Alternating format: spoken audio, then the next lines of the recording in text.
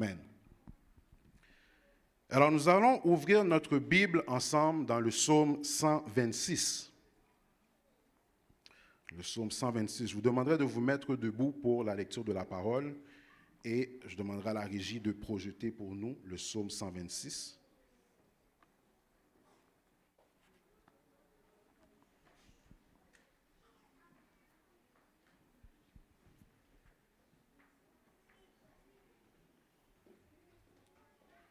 Amen. Quand l'Éternel ramena les captifs de Sion, nous étions comme ceux qui font un rêve. Alors notre bouche était remplie de cris de joie et notre langue de chants d'allégresse. Alors on disait parmi les nations, l'Éternel a fait pour eux de grandes choses. L'Éternel a fait pour nous de grandes choses, nous sommes dans la joie. L'Éternel ramène nos captifs comme des ruisseaux dans le midi. Ceux qui sèment avec larmes moissonneront avec chants d'allégresse. Celui qui marche en pleurant quand il porte la semence revient avec allégresse quand il porte ses gerbes. Parole du Seigneur. Vous pouvez vous asseoir. Amen. Alors nous remercions le Seigneur et nous remercions le Seigneur de ce qu'il a mis dans le cœur du pasteur que je sois votre messager aujourd'hui. Et c'est une grâce particulière de pouvoir apporter la parole pour le Seigneur. Et le titre ou le thème qu'on a pour ce mois, c'est la semence. Et on parle vraiment de la semence, de porter notre semence au Seigneur. Et lorsque j'ai vu le titre, j'étais un petit peu,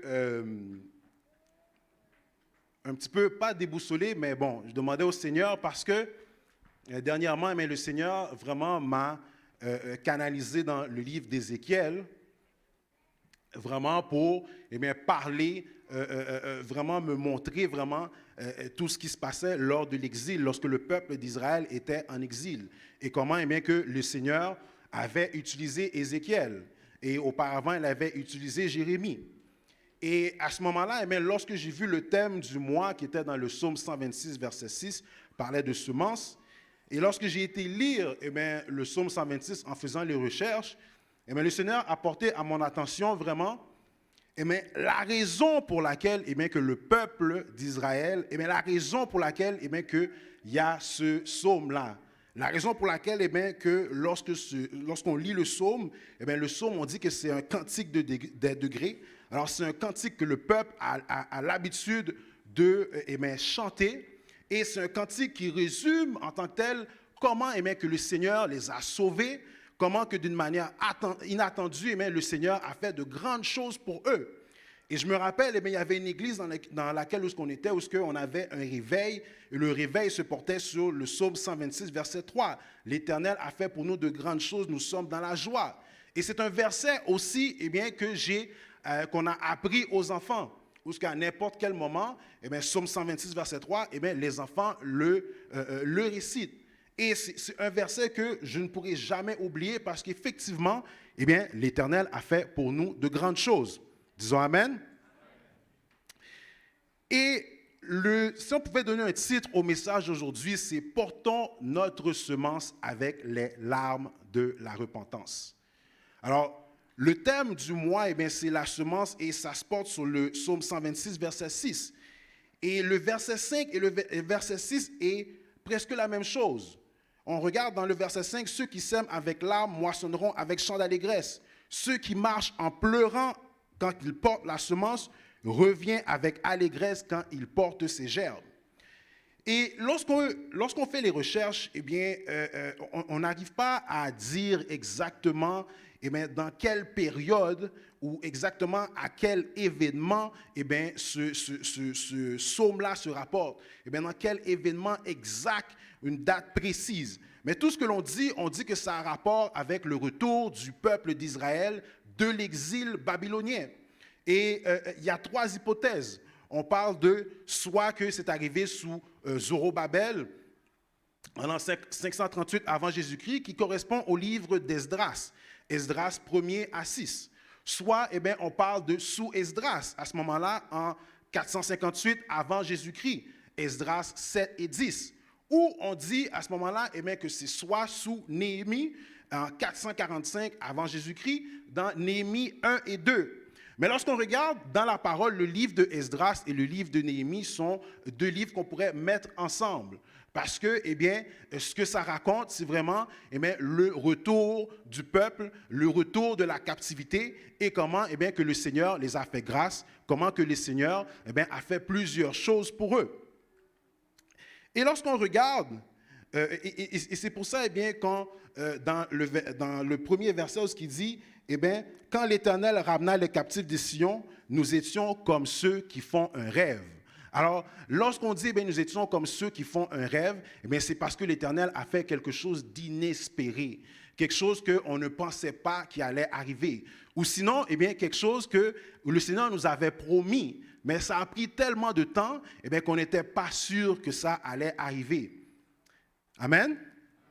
Alors, ça me rappelle en 2020. En 2020, alors en 2019, décembre 2019, on avait un condo, une maison pas loin d'ici, peut-être 5 minutes d'ici. Et en 2019, en parlant avec ma femme, eh bien, dit bon, là c'est venu le temps, il faut changer. On a 2 enfants, c'est pas assez grand, il faut faire quelque chose. Alors là, elle dit ok, pas de problème. Alors on parlait de ça auparavant, mais c'est comme si elle m'a donné un ultimatum, comme si bon, le temps est arrivé. Alors commencer à chercher caille, commencer à faire les choses, commencer à travailler plus pour ramasser un petit peu plus d'argent. Et en 2019, finalement, on a vendu. Et avec l'agent immobilier, ben, la tactique, c'était tu dois vendre avant d'acheter. Quand tu vends, il n'y a pas de problème. Ou bien coblant, ou bien l'argent, tu vas pouvoir, à ce moment-là, pas avoir de problème. Et là, on rentre dans 2020, on commence à chercher. On cherche. Janvier, on ne trouve rien. Février, on ne trouve rien. On cherche. Là, eh bien, on arrive au mois de mars, mi-mars, pandémie qui frappe. Là, les choses deviennent encore plus difficiles. Les choses deviennent encore plus compliquées pour nous. Et à ce moment-là, eh bien, on continue à chercher. Et l'endroit qu'on a vendu, eh bien, on doit le donner. On doit le donner à la personne. La personne veut venir habiter. Et à ce moment-là, eh bien, calcul. Je parle avec mes parents, je dis, OK, viens quelque temps. Ils disent, non, ça va être 1 mois, 2 mois, on va juste rester là, eh bien, pas de problème. Eh bien, arrivé au mois d'avril, on déménage. On continue à chercher, on cherche. Des fois, on cherche, on trouve une maison, on donne un peu plus que le prix demandé, et quelqu'un arrive, donne 50 000, 60 000 de plus. Alors vraiment, eh bien, on est dans une pénurie de logement, une pénurie où on ne peut pas trouver de logement, où on ne peut pas trouver de maison. Et là, eh bien, c'est 1 mois, 2 mois, 3 mois chez les parents, avec une femme et 2 enfants. Avec un bébé, eh bien, Gabriela, qui était bébé dans ce temps-là, eh bien, dort dans le parc de bébés. Alors, pas confortable. Et je m'entends bien avec mes parents, il n'y a pas de problème. Mais, et grand moun nouye, okay? Grand moun nouye, eh bien, on doit à ce moment-là avoir notre intimité, faire nos choses. Eh bien, 2 mois, 3 mois, 4 mois, 5 mois. Et finalement, eh bien, c'est rendu au mois d'octobre qu'on réussit eh bien, finalement à trouver une maison. Et même là, eh bien, lorsqu'on a trouvé la maison, c'est branle-bas de combat. Branle-bas de combat avec la banque. Est-ce que tu penses que tu vas pouvoir faire ça? Branle-bas de combat avec l'agent immobilier. À un moment donné, eh bien, même le propriétaire ne veut plus vendre la maison. Le propriétaire a un problème, ne veut plus vendre la maison. Finalement, eh bien, le Seigneur nous a fait grâce. Finalement, eh bien, le 20 décembre, on a eu les clés. Et je me rappelle, un pasteur et quelques autres personnes dans l'église sont venus prier avec nous. Et en réalité, eh bien, j'étais comme ceux qui font un rêve. C'était comme un rêve. Pourquoi? Eh bien, parce qu'il y avait beaucoup de difficultés, il y avait beaucoup de problèmes. Et je me rappellerai toujours cette journée du 20 décembre. L'affaire qui m'avait le plus marqué, c'est ma petite Gabriela qui avait environ 1 an et demi. Depuis qu'elle a mis les pieds dans la maison, commençait à courir et elle savait que c'était la maison. Elle savait mais que c'était là qu'elle allait habiter. Et eh bien, nous étions comme ceux qui font un rêve parce que nous avons passé eh bien, beaucoup de difficultés, beaucoup de problèmes. Combien d'entre vous ici avaient, à un moment quand même dans votre vie, avaient été comme ceux qui font un rêve? Combien d'entre vous, à un moment donné, eh bien, le Seigneur a fait quelque chose d'inespéré, quelque chose qui semblait loin, quelque chose qui ne semblait pas possible. Le Seigneur, il l'a réalisé. Et c'est l'essence même du texte ici dans le psaume 126, où ce que, le peuple d'Israël raconte à ce moment-là qu'ils étaient comme ceux qui font un rêve. Et il raconte ça, et dans le verset 2, il dit « Alors notre bouche était remplie de cris de joie, et notre langue de chants d'allégresse. Alors on disait parmi les nations, l'Éternel a fait pour eux de grandes choses. » Alors on va arrêter là, ici. Un des affaires dans ce texte-là, je viens de raconter comme quoi, on cherchait une maison et on a eu des difficultés. Et à ce moment-là, tout était correct et le Seigneur a fait grâce. Mais une des particularités lorsqu'on regarde, lorsqu'on analyse l'exil babylonien, on voit qu'une des raisons pour laquelle que le peuple dit ça, c'est parce que le Seigneur a fait une grâce qui était imméritée. C'est le peuple a tellement fait de saleté, le peuple a tellement irrité l'Éternel, que lorsque ils ont réalisé qu'ils sont sortis et qu'ils sont revenus et que l'Éternel les a rétablis, le peuple est obligé de dire qu'ils sont comme ceux qui font un rêve et il est obligé de rendre gloire à l'Éternel. Pourquoi? Parce que quand ils réalisent tout ce qu'ils ont fait, quand ils réalisent comment que l'Éternel a parlé avec eux à plusieurs reprises, l'Éternel a pris patience avec eux, l'Éternel a envoyé des prophètes, ils ont tué des prophètes. On voit que même Jérémie, à un moment donné, c'est calotte pour Jérémie. À un moment donné, ils ont mis Jérémie dans une citerne. Tout, les abominations qu'ils ont fait, l'Éternel les a fait grâce. L'Éternel les a quand même délivrés. Et c'est pour ça que leur bouche n'a pas le choix d'être rempli de chants d'allégresse. Pourquoi? Parce que l'Éternel les a fait grâce. C'est une grâce qui est imméritée. Et lorsqu'on regarde, on voit ici une des particularités que l'on voit, il dit « Alors, on disait parmi les nations, l'Éternel a fait pour eux de grandes choses. » Et ce point, c'est un point qui est important. Pourquoi? Parce que c'est avant que le peuple dit l'Éternel a fait pour nous de grandes choses, les autres nations qui sont alentours peuvent témoigner. Pourquoi? Lorsqu'on regarde dans le livre d'Ézéchiel, on voit à un moment donné, entre Ézéchiel 25 et 32, où ce que dans la première partie d'Ézéchiel, l'Éternel parle à Ézéchiel pour parler au peuple. Il raconte des choses au peuple. Et à un moment donné, dans les 3 premiers livres d'Ézéchiel, à un moment donné, le Seigneur donne une sorte d'ordonnance. Il dit de se coucher d'un côté pour plus de 300 jours. Et à un moment donné, il lui dit de préparer son pain avec des excréments. Et il lui dit, la raison pour laquelle, c'est que le peuple d'Israël a tellement fait de saleté devant moi, c'est comme si c'est des excréments, ça a tellement une mauvaise odeur, c'est comme si c'est des excréments que le peuple m'envoie. Et là, on voit à ce moment-là que dans le 25 à 32, l'Éternel dit au prophète Ézéchiel de prophétiser, de parler contre les peuples qui sont contre Israël. Pourquoi? Parce que lorsqu'on regarde, l'Éternel est en train de châtier son peuple. L'Éternel a calé le peuple. Mais là, on voit qu'il y a d'autres peuples à ce moment-là, il laisse l'Éternel les utiliser. Ils se joignent à Dieu comme si il a profité. Et il a profité pour caler le peuple-là, il a profité, il a pris, ils sont en train de rire, ils sont en train de vraiment profiter. Et on voit, ça nous arrive des fois. Ça nous arrive parce que l'Éternel, il y a une épreuve qui passe avec nous. Il y a quelque chose que l'Éternel veut faire avec nous.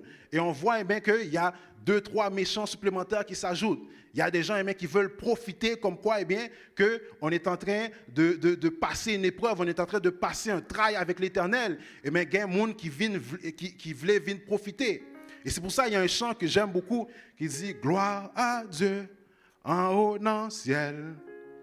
Israël campé devant la mer rouge, Égyptiens yo vin prend pillaille, en dans la mer yo mouri, criez gloire à Dieu,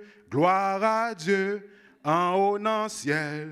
Alléluia, Israël campé devant la mer rouge, Égyptiens, yo, vin pran pillay, alléluia, en dans la mer, yo, mouri. Amen. Alors, on voit, eh bien, que, eh bien, il y a des peuples qui veulent profiter. Il y a des peuples, eh bien, ils voient eh bien, que le peuple de Dieu est en détresse. Le peuple de Dieu est en angoisse. Et à ce moment-là, eh bien, ils viennent profiter. Ils viennent et puis ils veulent à ce moment-là, eh bien, profiter du fait que l'Éternel est en train de les châtier. Et j'ai 3 exemples pour vous. On va prendre le premier dans Ézéchiel 25, versets 1er à 7. Les Ammonites. Regardez ça ici. Pour ceux qui sont habitués avec moi, eh bien, vous devez toujours avoir votre Bible avec vous lorsque je suis ici. On prêche la parole. Alors, c'est normal que la Bible soit ouverte. Ézéchiel 25, versets 1er à 7. La parole de l'Éternel me fait adresser en ces mots. Fils de l'homme, tourne ta face vers les enfants d'Ammon et prophétise contre eux. Tu diras aux enfants d'Ammon, écoutez la parole du Seigneur, de l'Éternel. Ainsi parle le Seigneur l'Éternel, parce que tu as dit ah sur mon sanctuaire qui était profané, sur la terre d'Israël qui était dévastée, et sur la maison de Juda qui allait en captivité. Voici, je te donne en possession aux fils de l'Orient.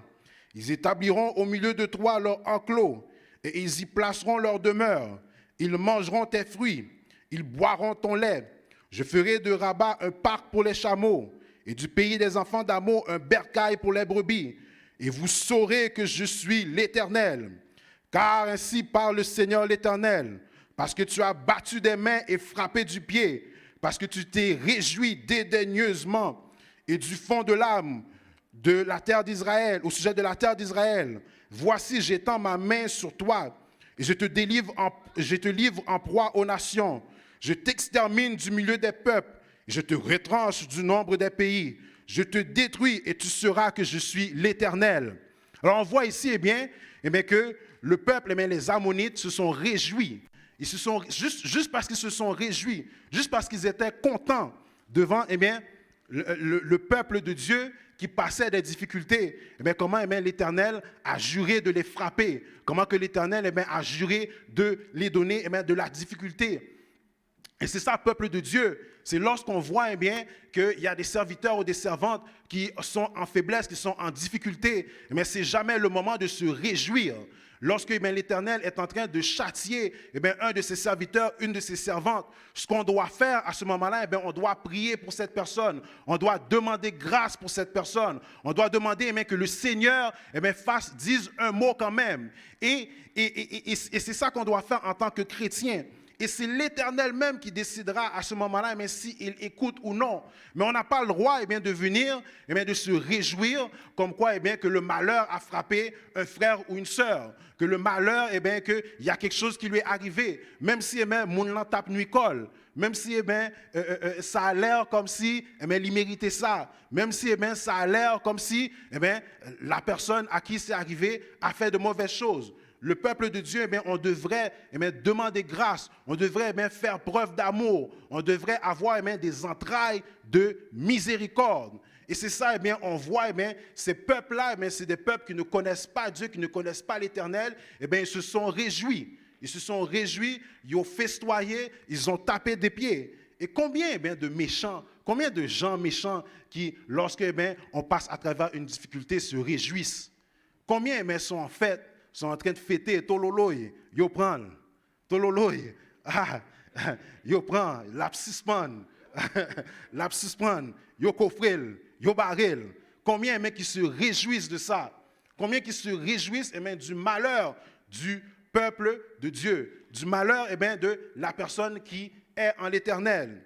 Et on voit à ce moment-là, ça c'est l'exemple des Ammonites. Deuxième exemple, les Égyptiens. Dans Ézéchiel 29, versets 1er à 6.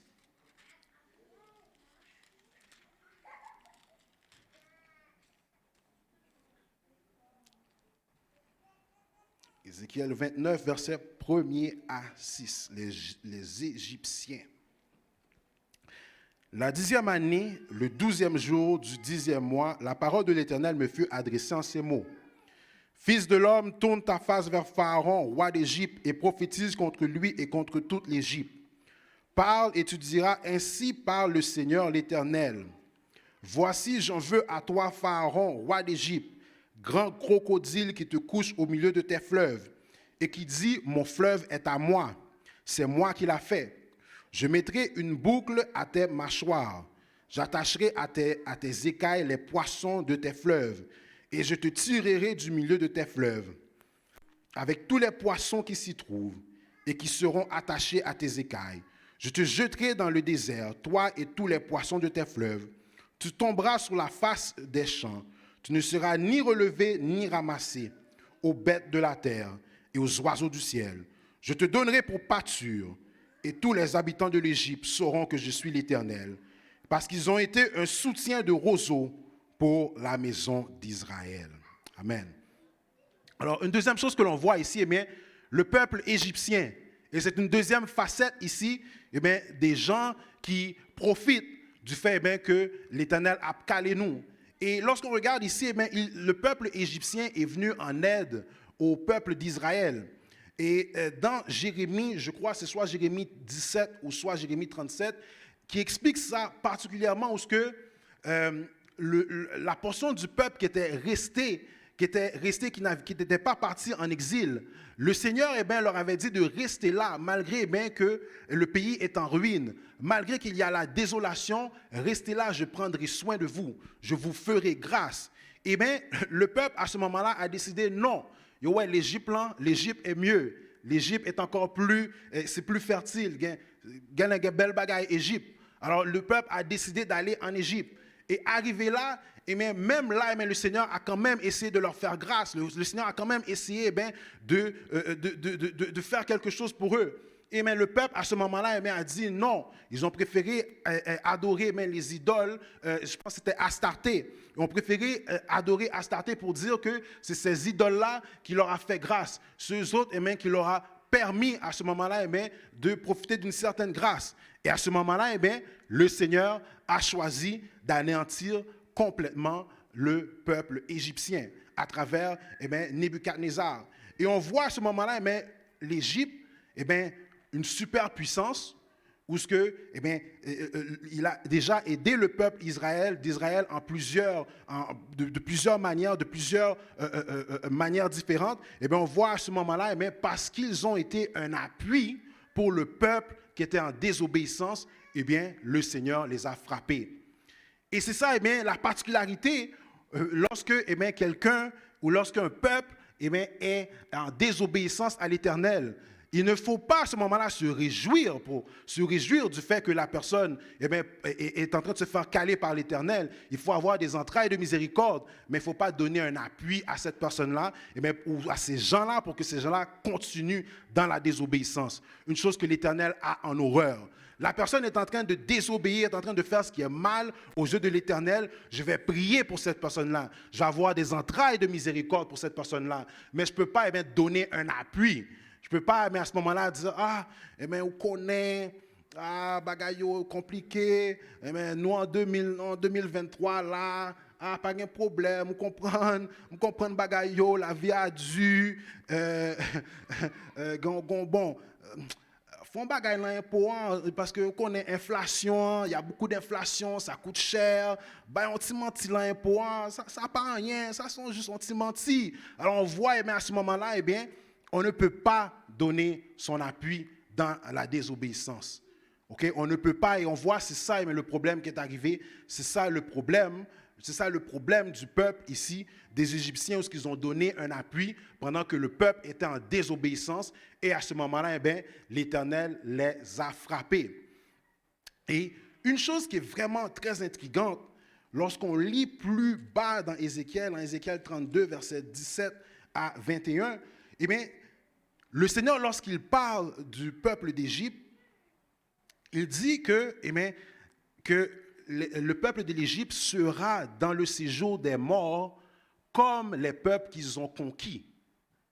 Qu'est-ce que ça nous dit? Ça nous dit que lorsque on n'est pas avec l'Éternel, lorsque on n'est pas campé sur Jésus, tout ce qu'on fait, c'est en vain. même lorsqu'on amasse de l'argent, même lorsque, eh bien, on est là, eh bien, nous avons diplôme sous diplôme, même lorsque, eh bien, on a dominé, eh bien, tout ça, c'est pourquoi, eh bien, c'est pour eh bien, finir dans l'abîme, finir dans le séjour des morts, de la même manière, eh bien, des gens qu'on a conquis. Et c'est pour ça, eh bien, on voit, eh bien, présentement, lorsqu'on regarde dans notre pays natal, en Haïti, eh bien, on voit, eh bien, que c'est la désolation. On voit, eh bien, lorsqu'on regarde ce qui se passe présentement, eh bien, comment les choses sont difficiles. Comment, eh bien, j'entendais que dernièrement, eh bien, dans un quartier, dans le quartier où ma mère habite, comment ils brûlent les maisons. Ils brûlent les maisons, et brûlent les maisons, tuent des jeunes hommes, brûlent les maisons. Comment, eh bien, que c'est difficile, comment que c'est compliqué. Et pour ce qui a trait au peuple haïtien, une des choses vraiment qu'il faut comprendre, c'est que, eh bien, lorsqu'on regarde par rapport au Québec, peut-être, si je me rappelle bien, ma mère est arrivée ici en 79 et l'immigration massive commençait dans les années 70-80. Lorsqu'on regarde, eh bien, selon toutes ces années-là, eh bien, présentement, le peuple ou le pays d'Haïti devrait être un peuple fertile. Peut-être pas une superpuissance, mais devrait être un endroit où il y a des choses extraordinaires qui se passent. Pourquoi? Parce que la diaspora, tous ceux qui sont venus, on parle de plusieurs générations. On pourrait même compter 2 à 3 générations. Et on voit, et présentement, on voit qu'il y a beaucoup de gens qui voudraient prendre leur retraite, qui voudraient retourner, passer quelques mois en Haïti, ne peuvent même pas retourner, ne peuvent même pas à ce moment-là aller prendre un petit soleil. Et si les affaires étaient bonnes, si les affaires étaient bien comme ils devraient l'être, peut-être que l'église serait à moitié vide. Peut-être qu'il y aurait beaucoup de gens qui seraient là-bas présentement en train de profiter. Et on voit présentement ce qui se passe, présentement, il y a des gens qui profitent de ça.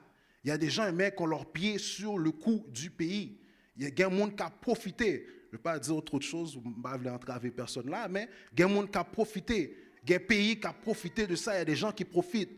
Ce pays-là, devrait présentement, ça devrait être bien, avec toute la diaspora, avec tous les gens de 60 ans et plus qui ont fini leur retraite, qui devraient normalement lever leur argent, vendre caillot, à l'autre bon, faire de bagailles, déjà depuis longtemps déjà.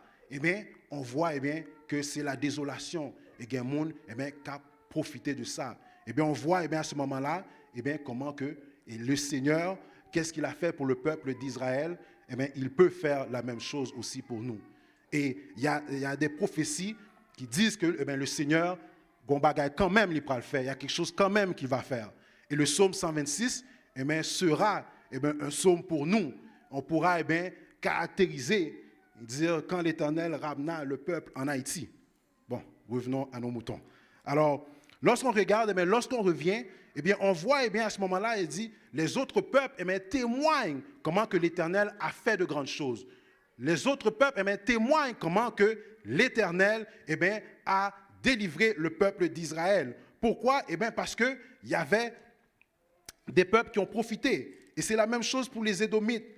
Dans Ézéchiel 35, versets 14 à 15. Il dit, « Ainsi parle le Seigneur l'Éternel, lorsque tout le pays sera dans la joie, je ferai de toi une solitude, à cause de la joie que tu as éprouvée, parce que l'héritage de la maison d'Israël était dévasté.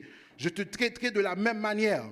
Tu deviendras une solitude, montagne de Séhir, toi et Édom tout entier, et ils sauront que je suis l'Éternel. » On voit à ce moment-là, c'est pour ça que les peuples disent, mais certainement l'Éternel a fait pour eux de grandes choses.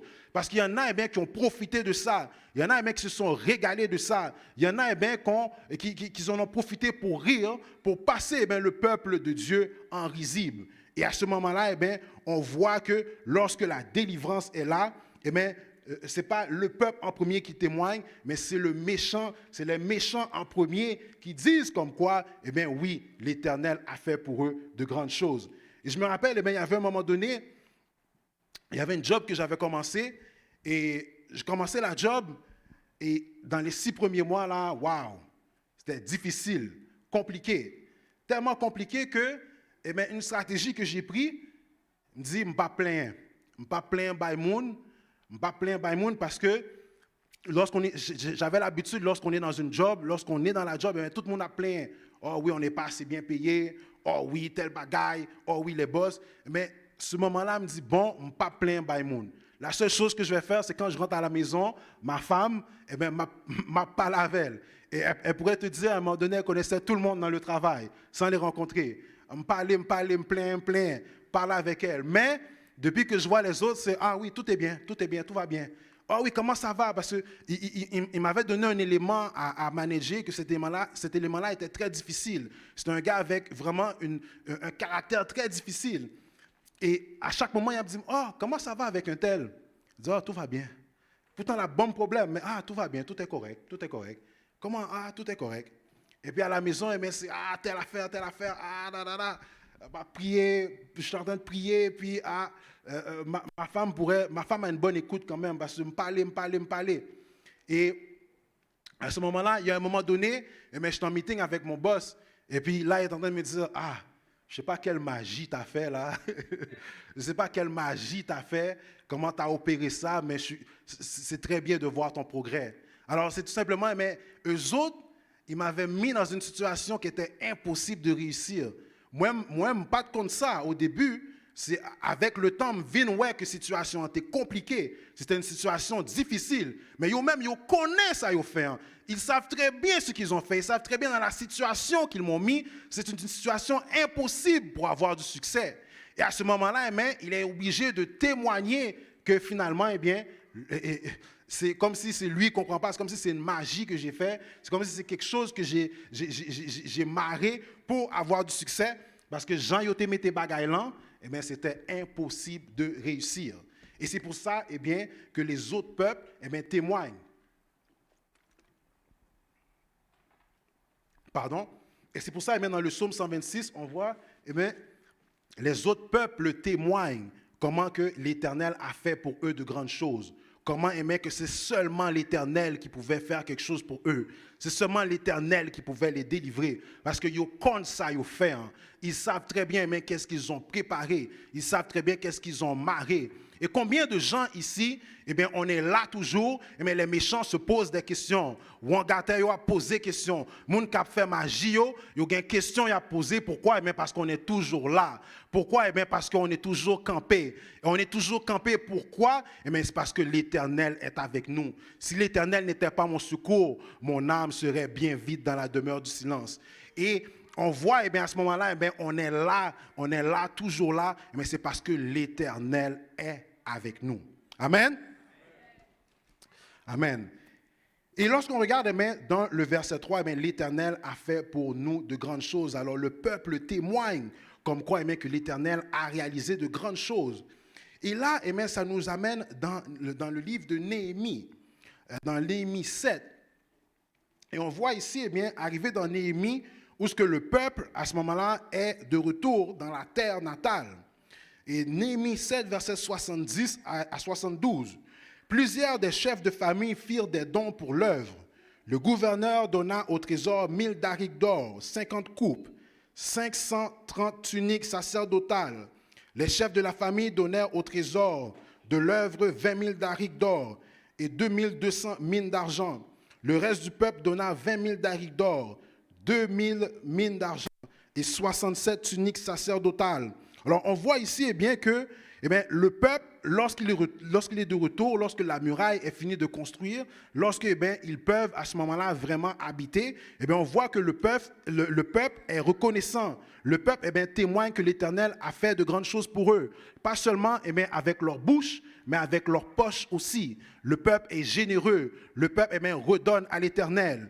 Et c'est pour ça, lorsqu'on voit, on est dans une assemblée, ou lorsqu'on voit, on parle avec des gens, mais certains gens ne veulent pas donner dans l'assemblée, il y a un problème, il y a une question qu'il faut se poser. Est-ce que cette personne-là est vraiment régénérée? Est-ce que le Seigneur l'a vraiment touché? Parce qu'on voit ici, lorsque le Seigneur te touche, tu es généreux à l'œuvre du Seigneur. Tu donnes pour l'œuvre du Seigneur. Est-ce que c'est ça, ou est-ce que l'endroit particulier, la personne ne croit pas à l'œuvre, ne croit pas que le Seigneur est là? Mais grâce soit rendue à Dieu, ici à l'église CMI, le Seigneur, il est là. Le Seigneur est avec nous. Le Seigneur est présent. Même si vous n'êtes pas certain, mais vous pouvez me croire sur parole. Le Seigneur, il est là, il est présent, il nous écoute, son bureau est ouvert, il prend des plaintes, il écoute et il est en train d'agir. Amen. Amen. Alors, on voit ici, on parle vraiment d'une délivrance qui est inattendue.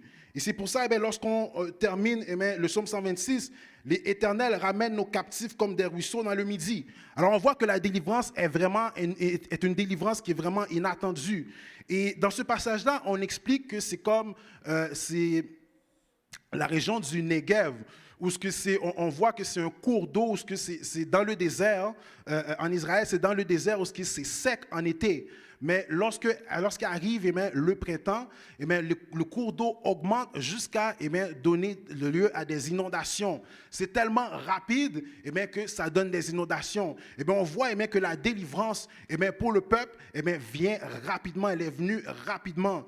On voit que même lorsqu'on fait des années à lamenter, lorsqu'on fait des années où on demande quelque chose au Seigneur, lorsque la chose arrive, c'est comme si la chose était arrivée de manière instantanée. C'est comme si la chose était arrivée rapidement. Même si on a passé 15 ans, lorsque la délivrance est là, lorsque le Seigneur a accompli la chose, c'est comme si c'est badgeo.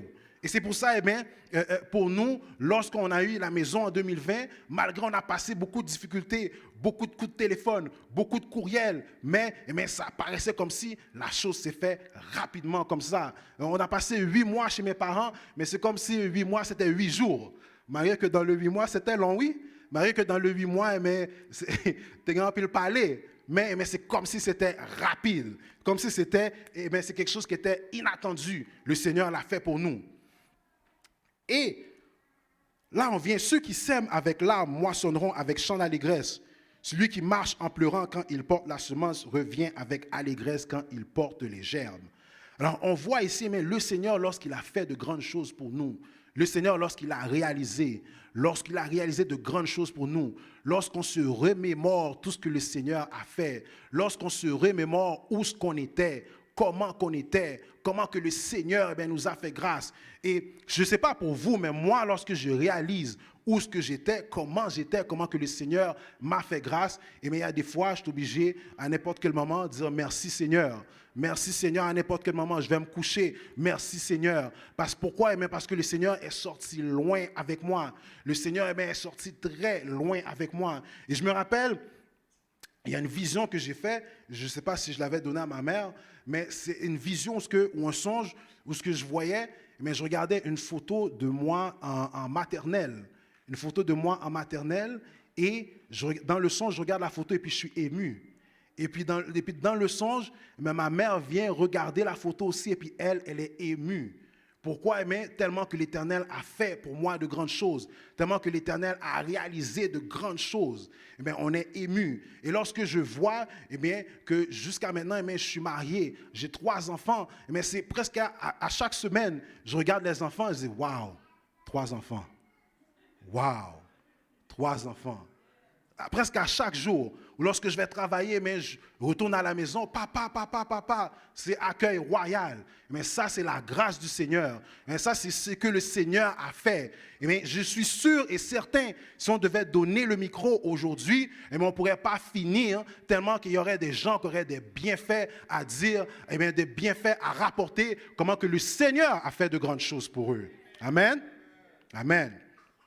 Mais c'est là, lorsqu'on voit, le peuple de Dieu est un peuple généreux, est un peuple où il se remémore tout ce que le Seigneur a fait pour lui.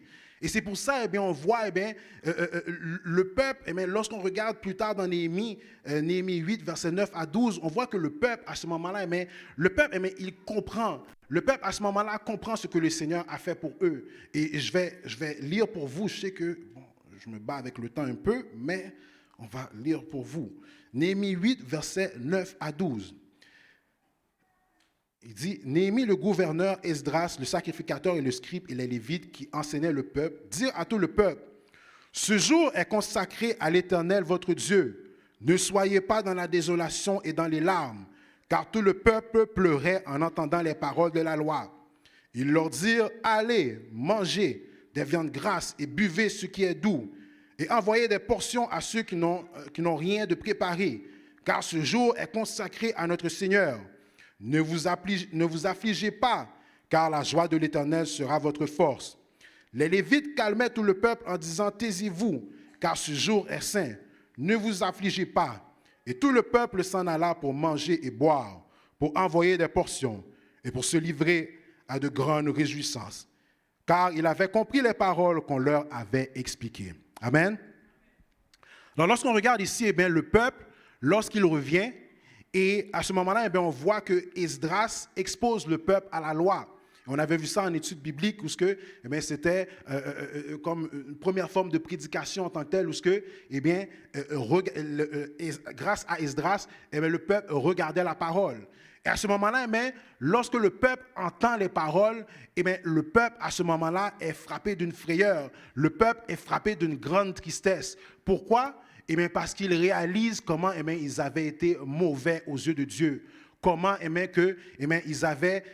n'avaient pas écouté, dans quel état lamentable ils étaient tombés à travers la parole. Et c'est pour ça, dans une église, on doit lire la parole. Il doit avoir la prédication. Il doit avoir l'étude de la parole. Pourquoi? Parce que la parole nous permet de voir dans quel état on est.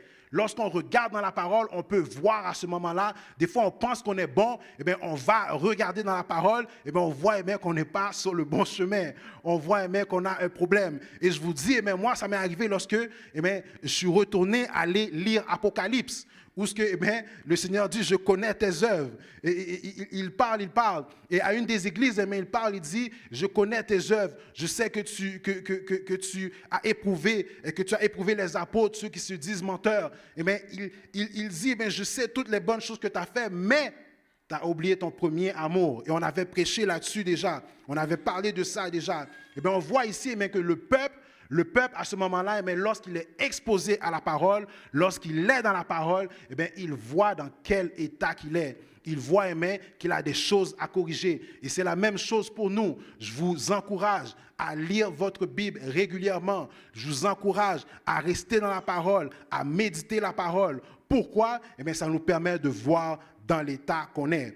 Et c'est exactement ça. Et on voit à ce moment-là, une fois que le peuple voit dans l'état qu'il est, une fois que le peuple a réalisé dans l'état qu'il était, et lorsqu'il a réalisé, ce n'est pas seulement en entendant la parole, mais il y avait des gens qui expliquaient la parole. Alors, il doit y avoir des prédicateurs, il doit y avoir des enseignants, il doit y avoir des gens qui expliquent la parole, qui expliquent exactement ce que la parole veut dire. Parce que des fois, on peut lire, et ça peut arriver qu'on ne comprend pas ce qu'on lit, mais il faut y avoir des gens qui nous expliquent. Des gens qui nous donnent l'explication, des gens qui nous permettent de nous diriger dans la bonne direction.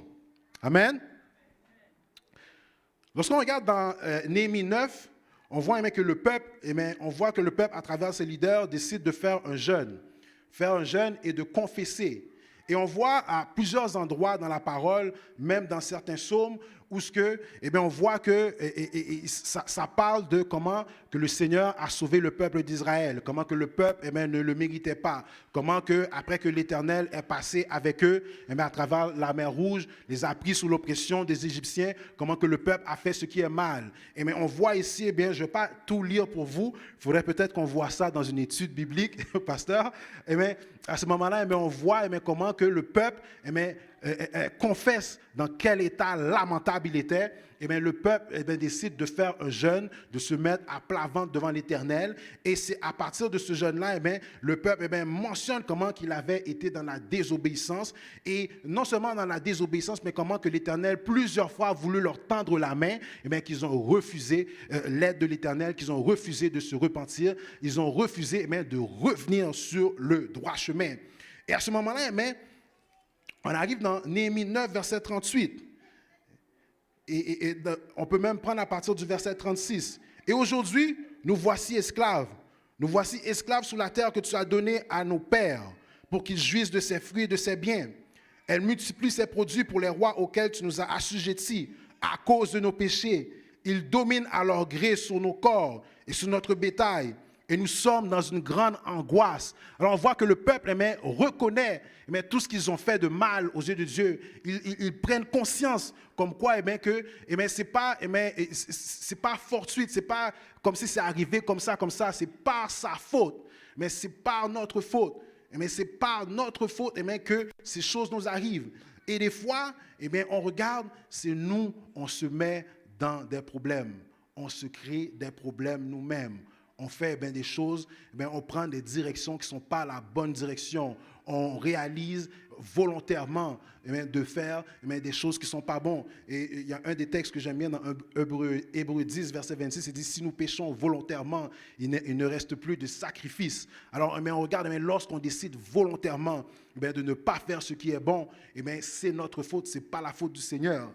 Et un petit point, je regardais, il y avait un docteur qui disait de mauvaises choses sur Jésus-Christ. Il disait, si Jésus-Christ existe et s'il est un bon Dieu, mais pourquoi il y a la famine dans le monde? Pourquoi qu'il y a de l'oppression? Mais ce n'est certainement pas la faute de Jésus si Jeff Bezos est assis sur plus de 100 milliards.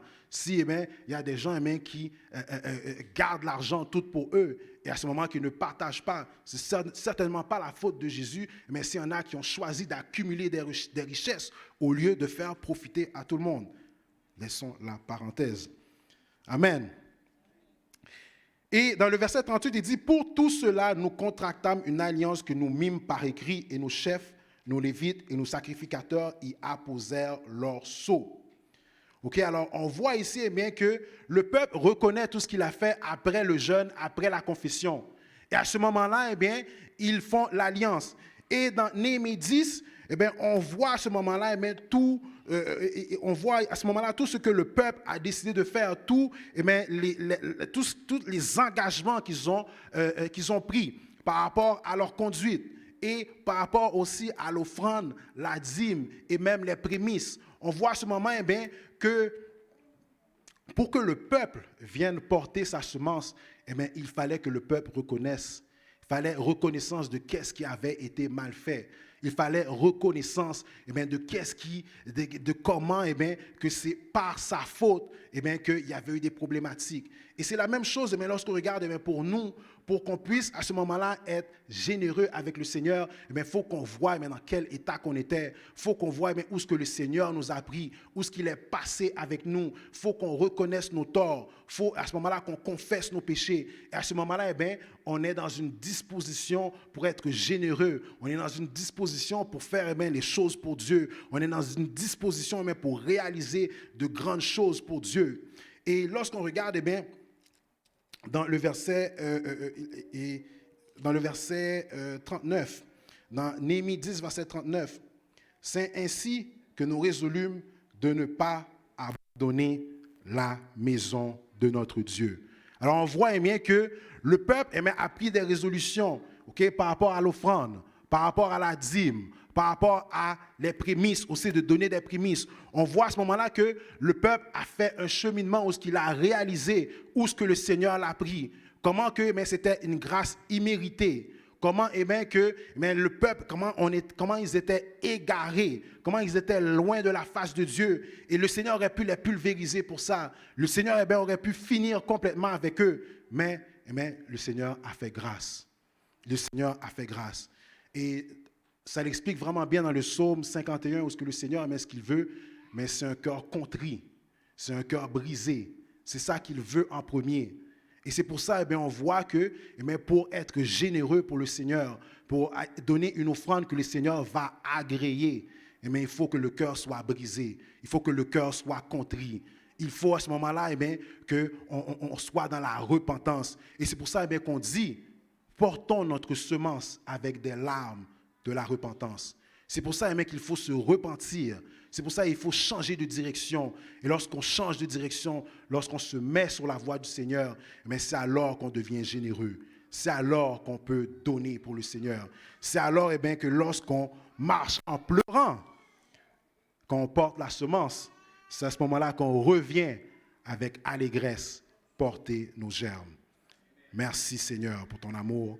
Seigneur, merci pour ta grâce. Merci Seigneur de ce que tu as parlé aujourd'hui. Et tu nous fais réaliser, Seigneur, mais pour être généreux, mais pour que tu agrées, Seigneur, Papa, à nos offrandes, mais nous devons venir avec les larmes de la repentance. Nous devons nous repentir, Seigneur. Nous devons changer de direction. Nous devons prendre ta direction. Nous devons prendre ton chemin, Seigneur. Merci, Seigneur, pour ton amour. Merci pour cette parole que tu nous envoies, Seigneur, pour nous aiguiller, pour nous mettre sur le droit chemin, Seigneur. Et Seigneur, ça prouve ton amour parce que, Seigneur, tu nous gardes et tu nous guides. Et tu ne nous laisses pas, Seigneur, tomber dans le trou. Mais Seigneur, Papa, tu nous éclaires. Nous te remercions pour ça. Que chacun de nous, Seigneur, Papa, et nous puissions venir porter notre semence avec larmes, afin que ton nom soit glorifié, afin que ton nom soit exalté, Seigneur Jésus. Nous te remercions pour ton amour et pour ta gloire, Seigneur. Amen. Amen.